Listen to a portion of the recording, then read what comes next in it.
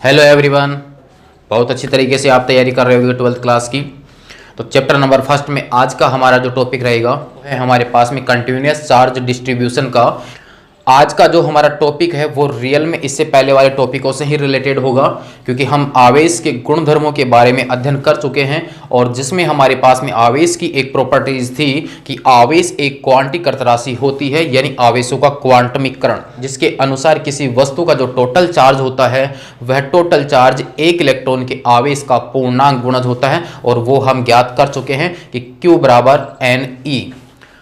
हमारे पास उस गुणधर्म के अनुसार यह सिद्ध होता है कि आवेश का जो विनिमय होता है या आवेश का जो वितरण होगा किसी वस्तु के ऊपर, वो आवेश का विनिमय या वितरण जो होगा वह लगातार नहीं होता है बल्कि टुकड़ों में होता है, यानी विविक्त रूप में होता है। लेकिन हमारा जो आज का टॉपिक है वो इसके विपरीत बता रहा है कि आवेश का जो वितरण है या जो विनिमय है वो टुकड़ों में नहीं बल्कि लगातार होता है। इसका मतलब ये हुआ कि एक ही क्वांटिटी के लिए दो प्रकार के कथन हमारे पास सामने आ रहे हैं। तो इसका मतलब सही कथन होगा कौन सा, वही देखते हैं। और इसका मतलब क्या होगा कि जब हम सिद्ध कर चुके हैं कि आवेश का जो विनिमय है वो लगातार नहीं बल्कि विविक्त रूप में होता है, तो फिर ये कथन उसका विपरीत क्यों आ रहा है, तो वही देख लेते हैं हम आज के टॉपिक में। वैसे इस कथन का जो आंसर है वो हमारे पास न्यूमेरिकल मेथड नंबर 4 के अंदर आ चुका है और वो हमारे कंप्लीट भी हो चुका है, जिसके अनुसार हमारे पास में यह था कि किसी वस्तु के ऊपर यानी व्यवहार में स्थूल वस्तुओं के ऊपर आवेश का जो विनिमय है वो हमें क्वांटीकृत महसूस क्यों नहीं होता।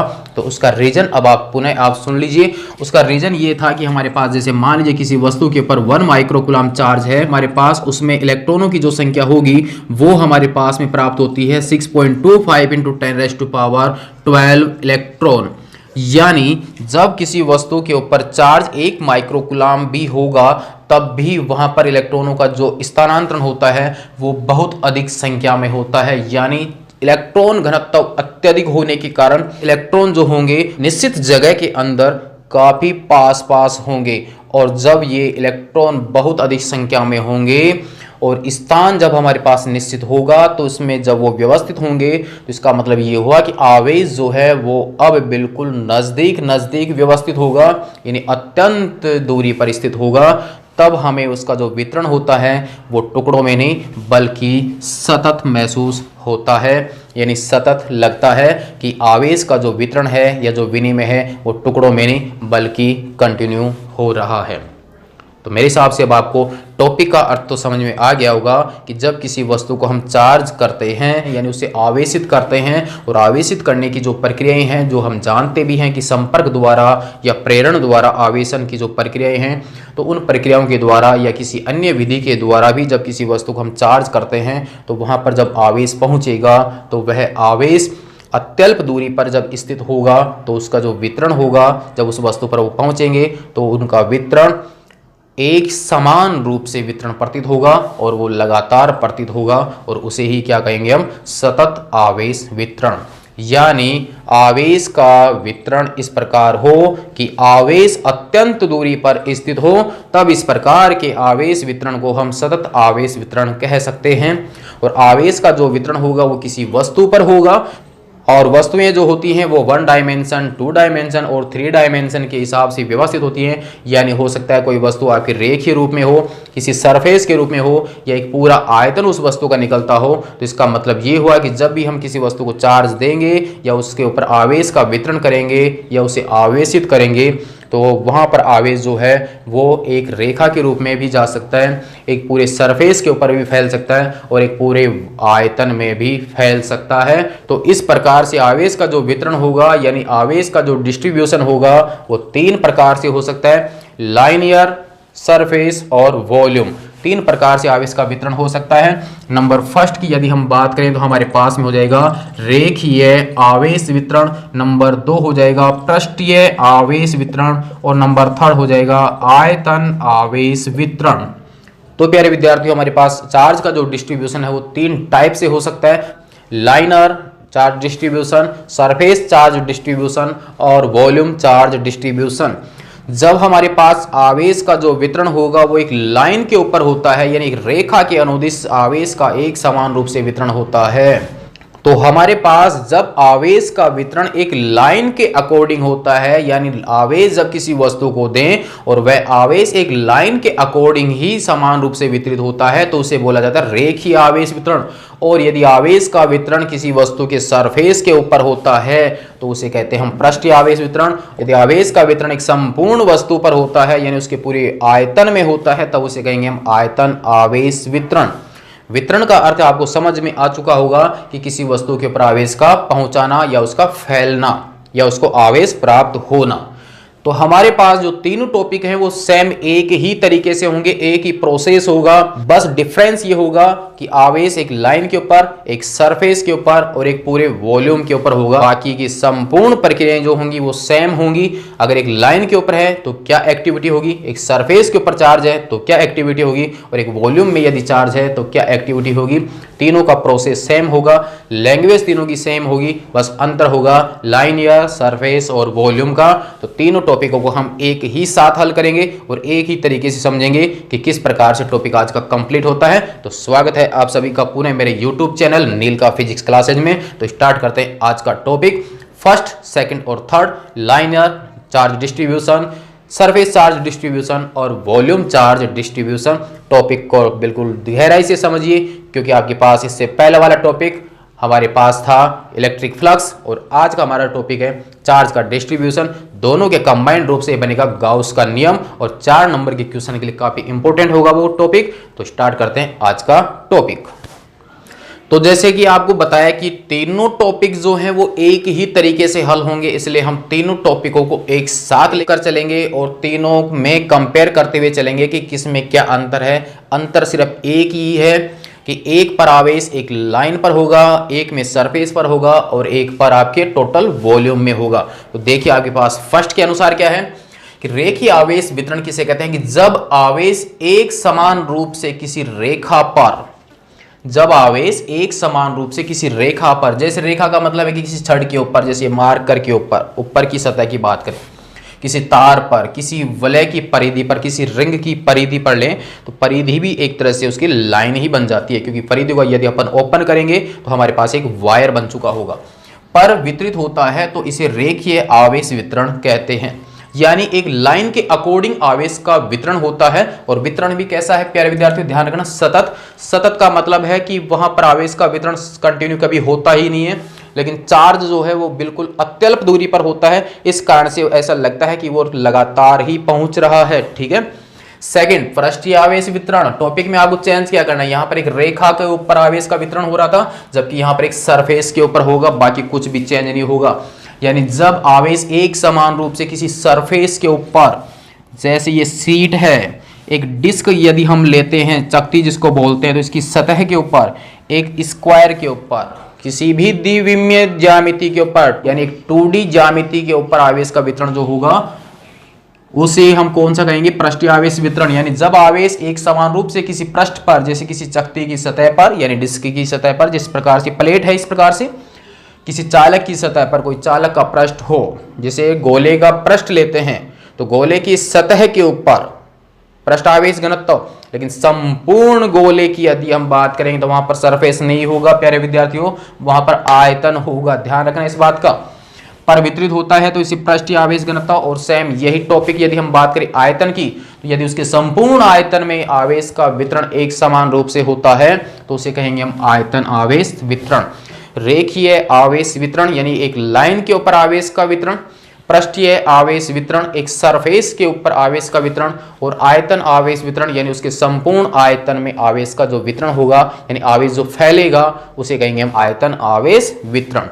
तीनों टॉपिक मेरे हिसाब से आपको क्लियर होगा। नेक्स्ट बढ़ते हैं इससे आगे के। तो अभी देखते हैं इसके आगे का भाग। देखो तीनों पॉइंट जो हैं वो हम एक साथ लेंगे, जो जो टॉपिक हल करेंगे वो एक के लिए करेंगे, सेम दूसरे पॉइंटों के लिए भी करेंगे। तो सबसे पहले तो हम यहाँ पर एक रेखा का निर्माण कर लेते हैं। माना कि हमारे पास कोई एक चालक तार है, क्लियर, क्योंकि हम यहाँ पर एक रेखा के ऊपर आवेश का वितरण करेंगे। यहाँ पर हमारे पास कोई सरफेस होगा, मान लीजिए हमारे पास इस प्रकार का कोई सतह है, तो इस सतह के ऊपर आवेश होगा। यहाँ पर मान लीजिए हमारे पास कोई आयतन की बात करें तो हम जैसे मान लीजिए यहाँ पर एक घन का निर्माण कर लेते हैं और एक घन में आयतन निकल जाएगा। यहाँ पर हमारे पास एक क्यूब का निर्माण हो चुका है। तो अब हमारे पास टॉपिक के अनुसार किसी लाइनर के ऊपर, किसी सरफेस पर और एक वॉल्यूम में, इसलिए हमने यहाँ पर 3 ज्यामिति बना लिए। एक हमने ले लिया है कोई चालक तार, और उस चालक तार की जो लंबाई है वो हमने मान ली है प्यारे विद्यार्थियों L, क्योंकि अब इस टोटल लंबाई के तार के ऊपर आवेश का वितरण होना है। ये हमारे पास कोई सीट है और उस सीट का टोटल क्षेत्रफल हमने कितना मान लिया S। आप चाहो तो वहां पर A भी मान सकते हो। और यहां पर हमने ले रखा है क्यूब, क्योंकि क्यूब का हम निकाल सकते हैं वॉल्यूम, और टोटल वॉल्यूम मान लिया इसका कितना है V। ये हमने यहां पर लिया है। अब यदि किसी भी प्रोसेस के द्वारा इस चालक तार पर, या अचालक तार भी ले सकते हो आप ना, यहाँ पर चालक और अचालक दोनों आप काम में ले सकते हो, क्योंकि हम अचालक के ऊपर भी आवेश पहुंचा सकते हैं। याद होगी प्रक्रिया आपको, जब पेन को हम बालों से रगड़ते हैं तब वहां पर कागज के छोटे छोटे कण चिपक जाते हैं, लेकिन फर्क यही है कि वहां पर जब हम आवेश देते हैं तो वह उसी स्थान पर बना रहता है जिस स्थान पर आवेश दिया जाता है, लेकिन चालक पर जैसे आवेश देते हैं तो वह उसके संपूर्ण पृष्ठ पर फैल जाता है। अंतर सिर्फ इतना ही है। तो यहां पर हमारे पास जो L लंबाई का तार है उसे माना कि Q चार्ज दिया गया है। इसी प्रकार से जो सीट ले रखी है उस सीट को भी टोटल चार्ज कितना दिया गया है Q, और इसके ऊपर भी टोटल चार्ज कितना है Q, यानी इसके संपूर्ण भाग पर, यानी इस संपूर्ण चालक तार के ऊपर Q आवेश एक समान रूप से वितरित है। यानी जब इसको Q आवेश दिया तो वह Q आवेश इसके ऊपर वितरित हो रहा है। तो प्यारे विद्यार्थियों, आप यहां पर ध्यान देना कि जितने प्लस बना रखे हैं इसका मतलब ये नहीं कि इसको हमने इतना ही आवेश दे दिया है। प्लस का मतलब ये है कि वहां पर इलेक्ट्रॉन कम हुए हैं। इस पूरे वायर के ऊपर चार्ज की वैल्यू कितनी है Q, और Q का मान निकलता है Q बराबर NE के फॉर्मूले से। तो यहां पर इस पूरे के ऊपर चार्ज कितना है Q है, और वह Q चार्ज जो है वो इसके संपूर्ण भाग पर एक समान रूप से फैल चुका है। सेम इसी प्रकार से जब इस सीट को हम चार्ज देंगे तो वह चार्ज इसके पृष्ठ पर एक समान रूप से फैल जाएगा, और यह एक समान रूप से यदि इसके संपूर्ण सरफेस पर फैलता है तो इस प्रक्रिया को ही तो क्या बोलते हैं हम, चार्ज डिस्ट्रीब्यूशन। यदि मान लीजिए कि हमारे पास किसी आयतन की बात करते हैं तो हमारे पास आयतन में चार्ज फैल जाएगा, यानी वितरित हो जाएगा। तो यह हो गया हमारे पास चार्ज का डिस्ट्रीब्यूशन, कि एक L लंबाई के तार के ऊपर आवेश का डिस्ट्रीब्यूशन, किसी सीट के ऊपर चार्ज का डिस्ट्रीब्यूशन, और किसी वॉल्यूम में चार्ज का डिस्ट्रीब्यूशन।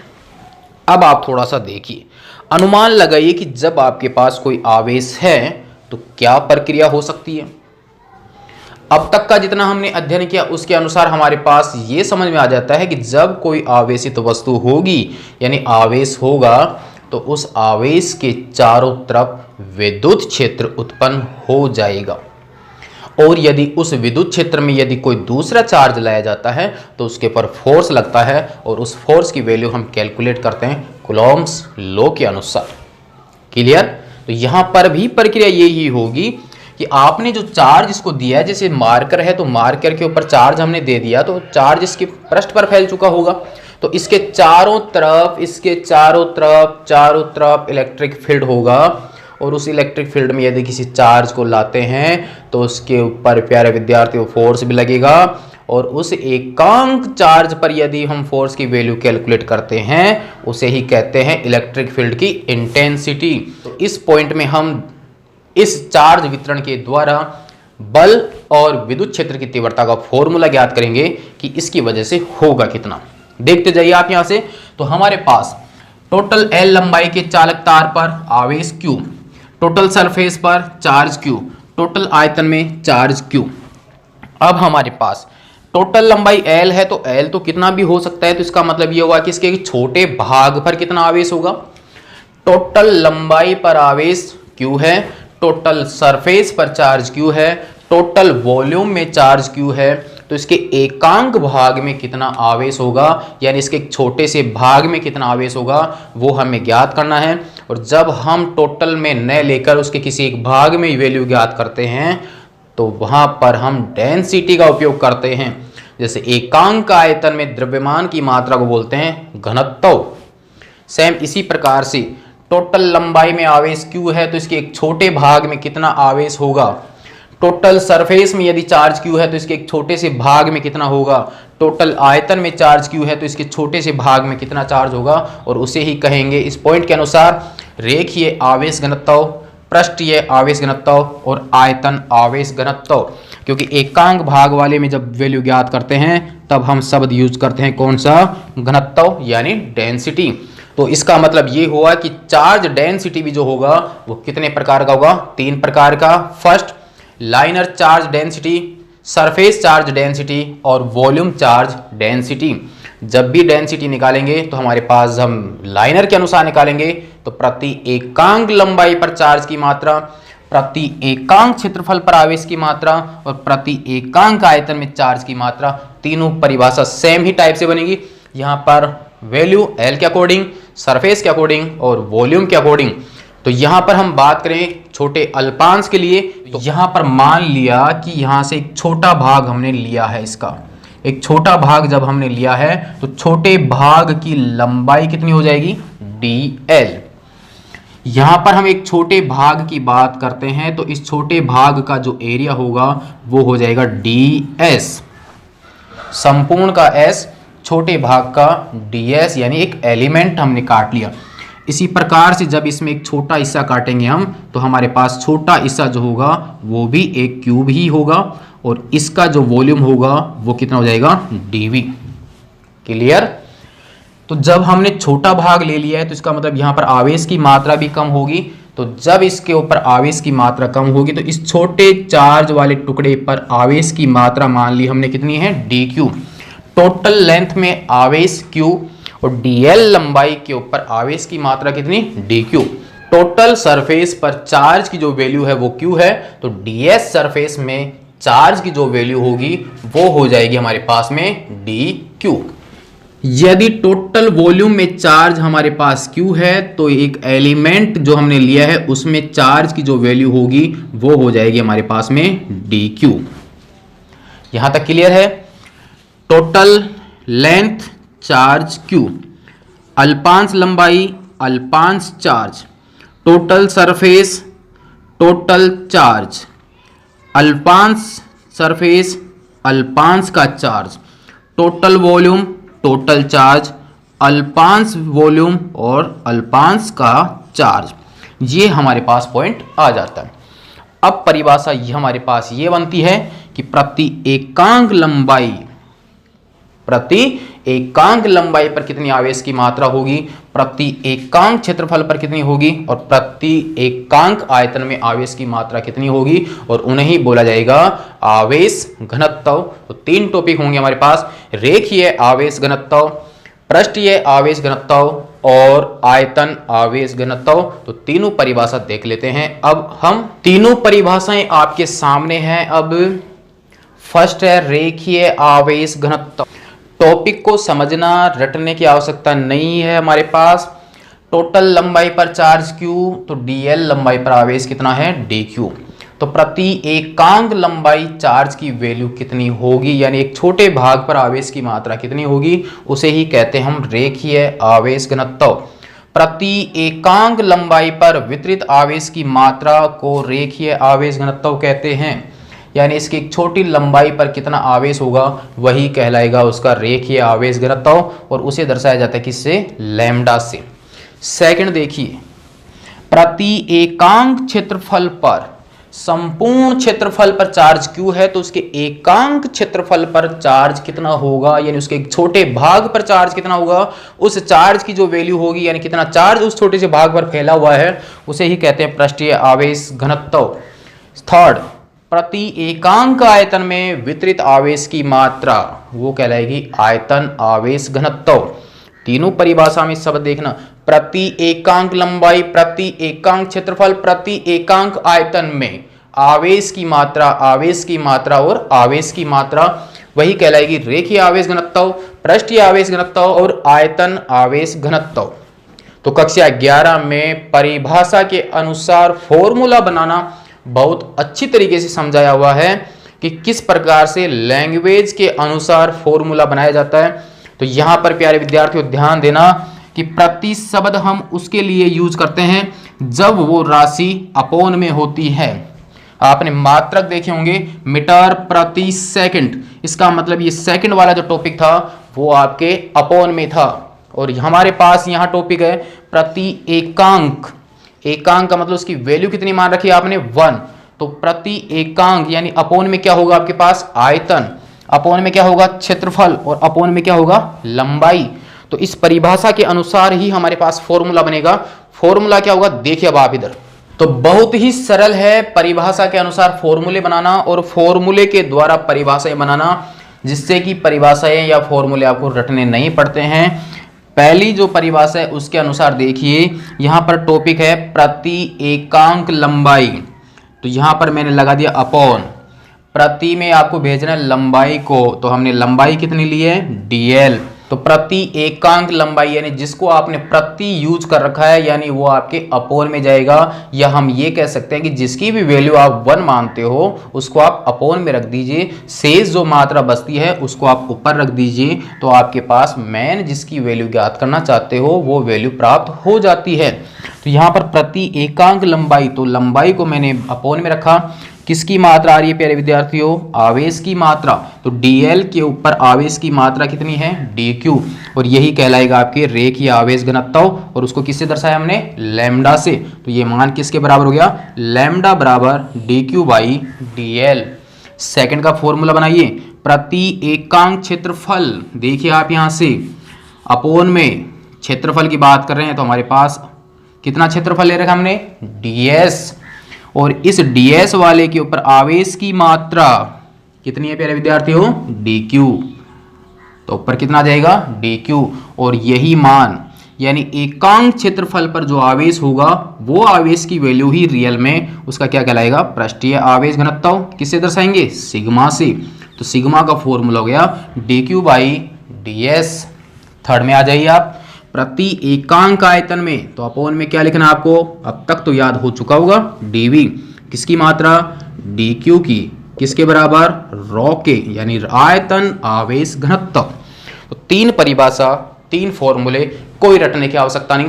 प्रति एकांक लंबाई आवेश की मात्रा, प्रति एकांक क्षेत्रफल आवेश की मात्रा, प्रति एकांक आयतन आवेश की मात्रा, तीनों ही पॉइंटों में ऊपर dq dq dq है, नीचे आपके जो पॉइंट है वो लेंथ से रिलेटेड, सरफेस से रिलेटेड और वॉल्यूम से रिलेटेड, क्योंकि तीनों ही पॉइंट जो हैं सेम प्रोसेस में हैं, बस आपके चार्ज का जो डिस्ट्रीब्यूशन है वो अलग अलग डिपार्टमेंट में हो रहा है, एक लाइन पर, एक सरफेस पर और एक वॉल्यूम पर। तो तीन परिभाषाएं, तीन फॉर्मूले, आगे देखते हैं इनका विमीय सूत्र और इनके मात्रक, देखते हैं आगे का भाग। तब तक आप इनकी परिभाषा नोट कर लीजिए, फॉर्मूले अब लिखते हैं इसके आगे।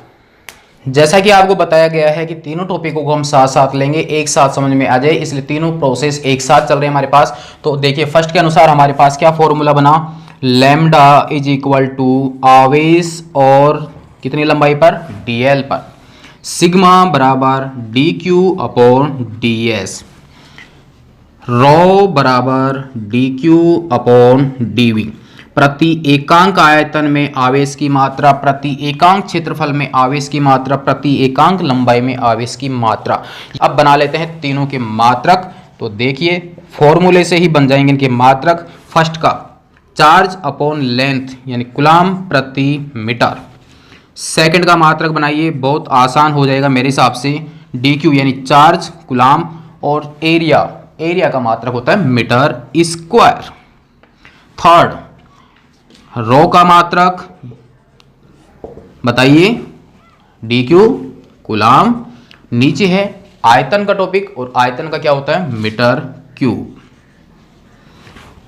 तो तीनों में सेम ही है, coulomb coulomb coulomb. First line से था इसलिए मीटर, एरिया से था मीटर स्क्वायर, वॉल्यूम से था इसलिए मीटर क्यूब। नेक्स्ट लेते हैं इनका डायमेंशन फॉर्मूला। देखिए विमीय सूत्र, विमीय सूत्र तीनों का एक साथ ही बनाएंगे।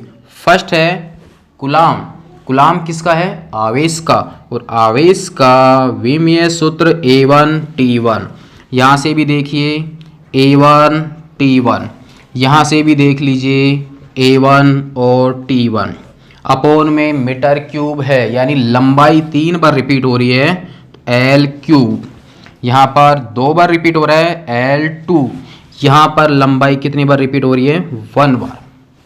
ऊपर ले जाइए और पावर चेंज कर दीजिए। फाइनल हमारे पास में क्या आएगा प्यारे विद्यार्थियों, देखिए m0 l-1 t1 और a1। कंप्लीट काम। नेक्स्ट आ जाइए इसका m0 l-2 t1 a1। यहाँ से आ जाइए आप m0 l-3 t1 a1। Dimension formula m0 l-1 t1 a1। Second का हो जाएगा m0 l-2 t1 a1 तथा थर्ड का हो जाएगा हमारे पास m0 l-3 t1 और a1। थर्ड इसमें हम यहाँ पर देखें कि जो आपके चार्ज डेंसिटी जो है वो सदिश होगा या अदिश होगा। आप यहाँ पर ध्यान दीजिए, यहाँ से यदि मैं dq का मान ज्ञात करता हूँ तो देखिए dq बराबर लैम्डा dl। यहाँ से यदि मैं dq का मान ज्ञात करता हूँ तो सिग्मा ds। थर्ड यदि मैं यहाँ से dq ज्ञात करना चाहूँ तो हमारे पास में आ जाएगा रो और dv। तो यहाँ तीनों टॉपिकों से आपको जो आवेश की मात्रा मिल रही है वो दो राशियों को गुणा करने से मिल रही है, लैम्डा dl को, सिग्मा ds को और रो dv को। तो अब हम यहाँ पर ये देखना चाहते हैं कि जो आवेश घनत्व होता है वो वेक्टर क्वांटिटी है या स्केलर क्वांटिटी है। तो इसके लिए आपको ये क्लियर हो जाना चाहिए कि चार्ज डेंसिटी जो होगा वो एक स्केलर क्वांटिटी होगी, क्योंकि हमारे पास चार्ज जो होता है वो एक स्केलर क्वांटिटी है और हमारे पास जो चार्ज डेंसिटी निकलता है वो चार्ज डेंसिटी भी एक विशेष कंडीशन पर चार्ज ही होता है, एकांक लंबाई पर, एकांक क्षेत्रफल पर और एकांक आयतन पर। लेकिन वैल्यू कौन सी आ रही है हमारे पास, चार्ज ही आ रहा है। इसका मतलब ये हुआ कि चार्ज डेंसिटी जो होगा वो किस प्रकार की क्वांटिटी होगी, स्केलर क्वांटिटी होगी। तो अब आप यहाँ पर रेखीय आवेश घनत्व, पृष्ठीय आवेश घनत्व और आयतन आवेश घनत्व के फॉर्मूला, मात्रक और डायमेंशन फॉर्मूला को नोट कर लीजिए। फिर देखते हैं इसके आगे का भाग। तो प्यारे विद्यार्थियों, अब हम यहाँ से आगे हल करेंगे कि हमारे पास ये जो लाइन के ऊपर चार्ज का डिस्ट्रीब्यूशन हुआ है, इस चार्ज की वजह से इस वायर से r दूरी पर यदि हम कोई बिंदु P लेते हैं तो वहां पर टोटल विद्युत बल कितना होगा और टोटल विद्युत क्षेत्र की तीव्रता कितनी होगी, सेमी प्रोसेस इसके लिए और सेमी प्रोसेस इसके लिए। तो यहाँ पर मान लीजिए कि इस वायर से r दूरी पर कोई बिंदु हमने लिया है, कौन सा, P, और जिस बिंदु पर हम ये वैल्यू कैलकुलेट करना चाहते हैं उसके लिए आपको बताया हुआ है कि वहां पर हम एक चार्ज रखते हैं और उस चार्ज को हम कौन सा चार्ज बोलते हैं, टेस्ट चार्ज बोलते हैं, यानी परीक्षण आवेश। तो P बिंदु पर एक परीक्षण आवेश रखा हुआ है और ये हो गया इस वायर का केंद्र बिंदु O। सेम इसी अल्पांश से यदि r दूरी पर बिंदु लिया हमने, कौन सा, P, जहां पर हम वैल्यू ज्ञात करना चाहते हैं बल की और विद्युत क्षेत्र की तीव्रता की। सेम प्रोसेस इसके लिए हम अपनाएंगे, P बिंदु r दूरी पर और कौन सा चार्ज है, Q0 चार्ज है। क्लियर। हम यहाँ पर P बिंदु पर फर्स्ट वैल्यू ज्ञात करेंगे बल की, सेकंड वैल्यू ज्ञात करेंगे विद्युत क्षेत्र की तीव्रता की। पहले हम ज्ञात करेंगे P बिंदु पर इस अल्पांश की वजह से, इस अल्पांश की वजह से और इस अल्पांश की वजह से, यानी उसके एक छोटे भाग की वजह से। तो अब आप यहाँ पर देखिए, P बिंदु पर चार्ज है Q0, P बिंदु पर चार्ज है Q0, P बिंदु पर चार्ज है Q0 और आपके पास यहाँ कोई दूसरा जो चार्ज है उस दूसरे चार्ज की वैल्यू कितनी है, dq। दूसरे चार्ज की वैल्यू है dq, दूसरे चार्ज की वैल्यू कितनी, dq। दो आवेश हमारे पास में है, फर्स्ट है dq, सेकंड है Q0। दो आवेश हैं, एक दूसरे से दूरी पर हैं और आवेश की मात्रा अत्यल्प है क्योंकि टोटल चार्ज q है और हमने यहाँ पर एक एलिमेंट का चार्ज लिया है। तो आवेश अत्यल्प मात्रा के हैं, यानी एक बिंदु आवेश के रूप में मान सकते हैं और एक दूसरे से कुछ दूरी पर हैं और पूरा प्रोसेस आपके निर्वात में चल रहा है। तो यहाँ पर हमारे पास दोनों के बीच में जो बल लगेगा वो बल होगा कूलाम के नियमानुसार। तो इसका मतलब ये हुआ कि dq चार्ज के कारण P बिंदु पर बल, या हम ये कह सकते हैं कि dq और Q0 के मध्य बल, dq और Q0 के मध्य बल, dq और Q0 के मध्य बल। फिर हमारे पास बात कर रहे हैं dq की, लेकिन चार्ज तो हमारे पास टोटल q है। तो इसका मतलब ये हुआ कि हम एक एलिमेंट के लिए वैल्यू ज्ञात करेंगे और फिर उसका यदि हम समाकलन कर देते हैं तो पूरे टोटल की वजह से वैल्यू फाइंड आउट कर सकते हैं। तो अब हमारे पास यहां पर लैंग्वेज क्या होगी, माना कि एक L लंबाई का तार है जिसके ऊपर Q आवेश का एक समान रूप से वितरण है। यदि वहां पर एक dl लंबाई का एलिमेंट लेते हैं तब उसके ऊपर आवेश की मात्रा dq होगी, तब रेखीय आवेश घनत्व होगा लैम्डा बराबर dq बाई dl। सेम इसी तरीके का प्रोसेस होगा हमारे पास, माना कि हमारे पास कोई S एरिया का कोई सरफेस है जिसके ऊपर चार्ज का डिस्ट्रीब्यूशन q है और वहां पर एक एलिमेंट जिसका चार्ज हमारे पास मात्रा कितनी है dq, और हमारे पास पृष्ठ आवेश घनत्व हो जाएगा सिग्मा बराबर dq by ds। Same process हमारे पास, माना कि V आयतन का कोई वस्तु हमारे पास में है और उस वस्तु के ऊपर एक समान रूप से आवेश का जो वितरण है वो कितना है, Q है। तब उसका एक एलिमेंट जिसका आयतन dV और आवेश की मात्रा dQ है, तब हमारे पास dQ व Q नोट के मध्य बल कौन से नियम के अनुसार, कूलाम के नियमानुसार, कि F is equal to 1/4 pi epsilon naught Q1 Q2 upon R square. Q1 का मतलब यहाँ पर dQ और Q2 का मतलब है Q नोट, यानी dQ Q नोट और दोनों चार्ज के बीच की दूरी, और दोनों की चार्ज के बीच की दूरी कितनी है R, और यहाँ पर आ जाएगा R स्क्वायर।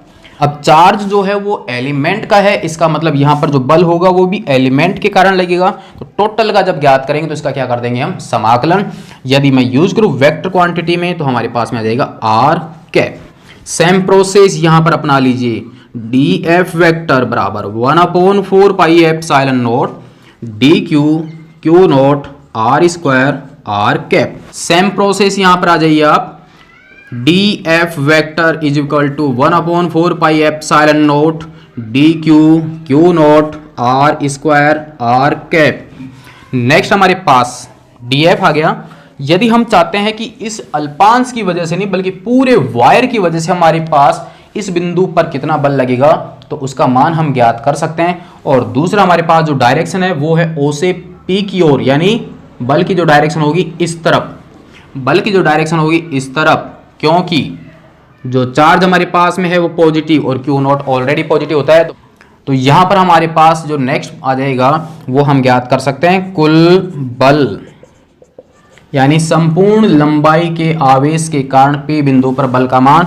तो हमारे पास में आ जाएगा F is equal to integral संपूर्ण लेंथ के कारण 1/4 pi epsilon naught D Q naught upon are square R cap. Same process F is equal to integral संपूर्ण S के कारण, संपूर्ण एरिया के कारण 1/4 pi epsilon naught D Q naught R square R cap.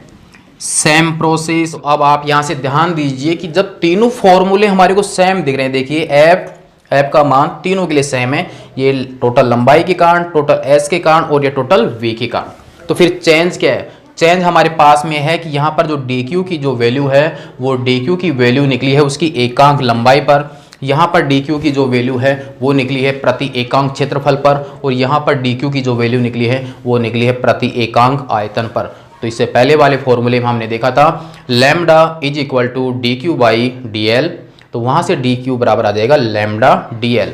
तो यहाँ पर हम इसमें एक्स्ट्रा पुट करेंगे तब हमारे पास फॉर्मूला बन जाएगा F is equal to 1/4 pi epsilon naught समाकलन L डी क्यू की जगह मैं पुट कर सकता हूँ क्योंकि लैम्डा बराबर D Q by D L, तो डी क्यू बराबर आ जाएगा लैम्डा डी एल जो हम ज्ञात कर चुके हैं। तो यहाँ पर डी क्यू की जगह मैं लिख सकता हूँ lambda D L Q naught upon are square और आर कैप। तो ये होगा हमारे पास रेखीय आवेश वितरण के कारण उससे r दूरी पर स्थित बिंदु P पर लगने वाले टोटल फोर्स का मान। सेम प्रोसेस यहां पर लेते हैं। अब F वेक्टर बराबर 1/4 पाई एप्सिलॉन नोट समाकलन S। डी क्यू, इसके लिए याद कीजिए क्या होगा, सिग्मा बराबर D Q by D S. तो डी क्यू बराबर क्या हो गया, सिग्मा डी एस। तो यहाँ पर आ जाएगा सिग्मा डी एस और साथ में क्या चल रहा है, क्यू नॉट, अपोन में आ गया आर स्क्वायर आर कैप। ये हो जाएगा सेकंड के लिए प्रोसेस कंप्लीट।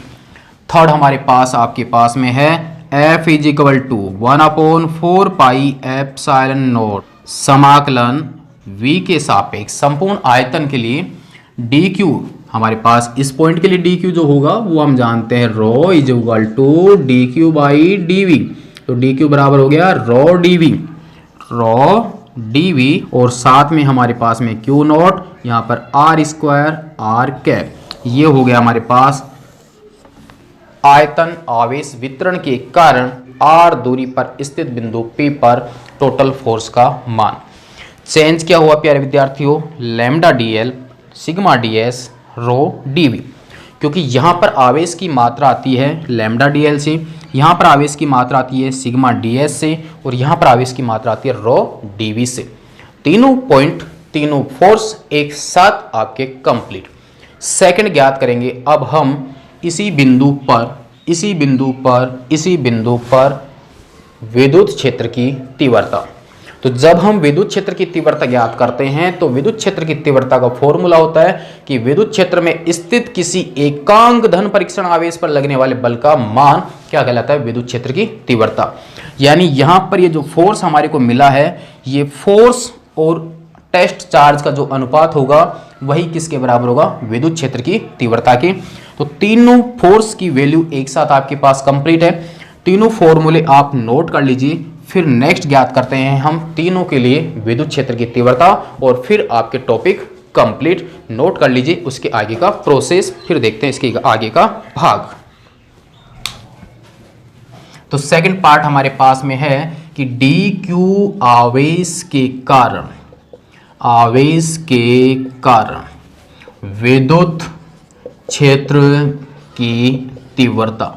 तो अब हमारे पास में है कि डी क्यू आवेश के कारण विद्युत क्षेत्र की तीव्रता बिंदु P पर, डी क्यू आवेश के कारण P बिंदु पर विद्युत क्षेत्र की तीव्रता, डी क्यू आवेश के कारण P बिंदु पर विद्युत क्षेत्र की तीव्रता। अब चूंकि डी क्यू आवेश जो है वो एक तरह से बिंदु आवेश है और बिंदु आवेश के कारण इलेक्ट्रिक फील्ड की जो डायरेक्शन होती है वो होती है बिंदु आवेश से बाहर की ओर जाती हुई पॉजिटिव के कारण, और नेगेटिव के कारण होती है बिंदु आवेश की ओर आती हुई। यानी आवेश से बिंदु की ओर, आवेश से बिंदु की ओर और आवेश से बिंदु की ओर। तो जिस डायरेक्शन में फोर्स है उसी डायरेक्शन में हमारे पास विद्युत क्षेत्र की तीव्रता भी होगी। तो अब हम ज्ञात कर लेते हैं विद्युत क्षेत्र की तीव्रता की परिभाषा के अनुसार हम जानते हैं कि हमारे पास में अब आपके डी ई वेक्टर हमारे पास में आएगा और वो हो जाएगा D F vector upon Q note. D E vector बराबर हो जाएगा D F upon Q naught. Same यहां पर भी हमारे पास में आ जाएगा डी ई वेक्टर बराबर D F upon Q naught. Same हमारे पास प्रोसेस यहां पर भी होगा। अब चूंकि हम डी क्यू आवेश ले रहे थे, जब संपूर्ण की बात करेंगे तो संपूर्ण के कारण हम कर देंगे उसका समाकलन। हमारे पास में आ जाएगा D F upon Q note. तो आप डी एफ का मान जो है इससे पहले वाले भाग से पुट कर दीजिए, तब हमारे पास में आ जाएगा डी ई वेक्टर बराबर 1 अपॉन क्यू नोट। यहाँ पर हमारे पास फॉर्मूला है 1/4 pi epsilon naught D q q naught upon are square और are cap. Clear? Same process यहाँ पर अपनाइए आप, q naught same q naught से क्यू नोट यहाँ पर कट रहा है, काट दीजिए। यहाँ पर डी क्यू का मान रखिए रेखीय आवेश घनत्व के अनुसार, तो आपके पास वैल्यू आ जाती है, देखो प्यारे विद्यार्थियों, डी ई बराबर 1/4 pi epsilon naught. D Q का मान हम जानते हैं lambda DL upon are square R cap. Same process हमारे पास में यहाँ पर होगा डी ई वेक्टर बराबर 1/4 pi epsilon naught. D Q पृष्ठ का था तो sigma D S upon are square R cap. ये हो गया हमारे पास अल्पांश डी क्यू आवेश के कारण पी बिंदु पर इलेक्ट्रिक फील्ड का मान लाइनियर चार्ज डिस्ट्रीब्यूशन वाले में, सरफेस चार्ज डिस्ट्रीब्यूशन में और वॉल्यूम चार्ज डिस्ट्रीब्यूशन में। अब बात कर लेते हैं हम टोटल की। तो संपूर्ण चालक तार के कारण ई वेक्टर बराबर 1/4 pi epsilon note L lambda dl r square r cap. Complete सूत्र सेकंड का टोटल ज्ञात करेंगे। E वेक्टर बराबर 1/4 pi epsilon note s sigma ds r square r cap.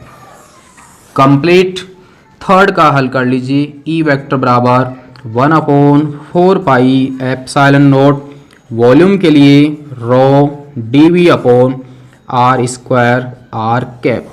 यहाँ से आप लैम्डा, सिग्मा और रो को समाकलन के बाहर भी कर सकते हैं। तो यह था प्यारे विद्यार्थियों आज का हमारा टॉपिक सतत आवेश वितरण। हम जानते हैं कि रियल में तो आवेश का जो वितरण होता है वो लगातार नहीं होता बल्कि टुकड़ों में होता है, लेकिन इलेक्ट्रॉन घनत्व अत्यधिक होने के कारण उसके वितरण को हम सतत मान सकते हैं। और यदि किसी वस्तु को आवेश दिया जाता है तो और आवेश जो है वो एक लाइन पे हो, एक सरफेस पर हो और एक आयतन पर हो, तब उसकी परिभाषा तीन प्रकार से बना सकते थे हम। रेखीय आवेश वितरण, पृष्ठीय आवेश वितरण और आयतन आवेश वितरण। और जब संपूर्ण की बात कर रहे हैं तो टोटल लंबाई L के ऊपर आवेश Q था तो उसकी एकांक लंबाई पर जो आवेश की मात्रा आती है उसे हम रेखीय आवेश घनत्व कहते हैं। तथा संपूर्ण पृष्ठ के ऊपर चार्ज Q है तो उसके एकांक क्षेत्रफल पर जो आवेश की मात्रा होती है उसे हम पृष्ठीय आवेश घनत्व कहते हैं। सेम इसी प्रकार से प्रति एकांक आयतन पर जो आवेश की मात्रा वितरित होगी उसे हम आयतन आवेश घनत्व कहते हैं। तीनों के फॉर्मूले हमने ज्ञात किए और फिर हमने वहाँ पर dq आवेश के कारण और टोटल q आवेश के कारण लाइनियर के लिए हमारे पास बल और विद्युत क्षेत्र की तीव्रता हमने ज्ञात की, जिसका फॉर्मूला आपके सामने है। सेकंड का हमने पृष्ठ के लिए कैलकुलेशन किया और थर्ड हमने आयतन के लिए कैलकुलेशन किया।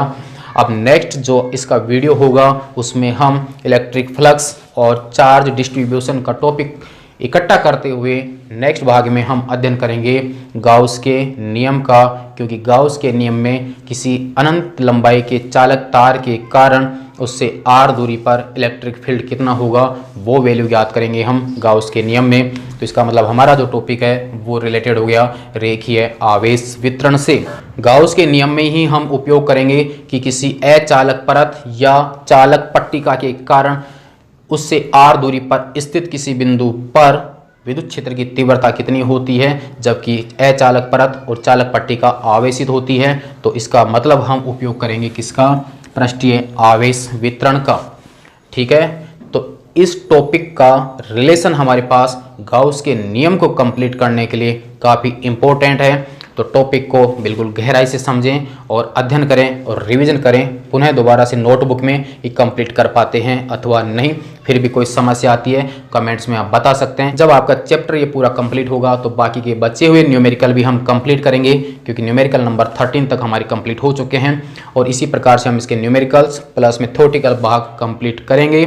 इसलिए आप निश्चिंत होकर कंप्लीट अध्ययन कीजिए और चैनल को सब्सक्राइब जरूर कर लीजिए ताकि आपको इससे आगे आने वाला भाग गाउस का नियम उसकी क्लास का वीडियो प्राप्त हो सके। नोट कर लीजिए इसके आगे का भाग विद्युत क्षेत्र की तीव्रता का, फिर देखेंगे नेक्स्ट भाग में हम गाउस का लॉ। तब तक के लिए धन्यवाद।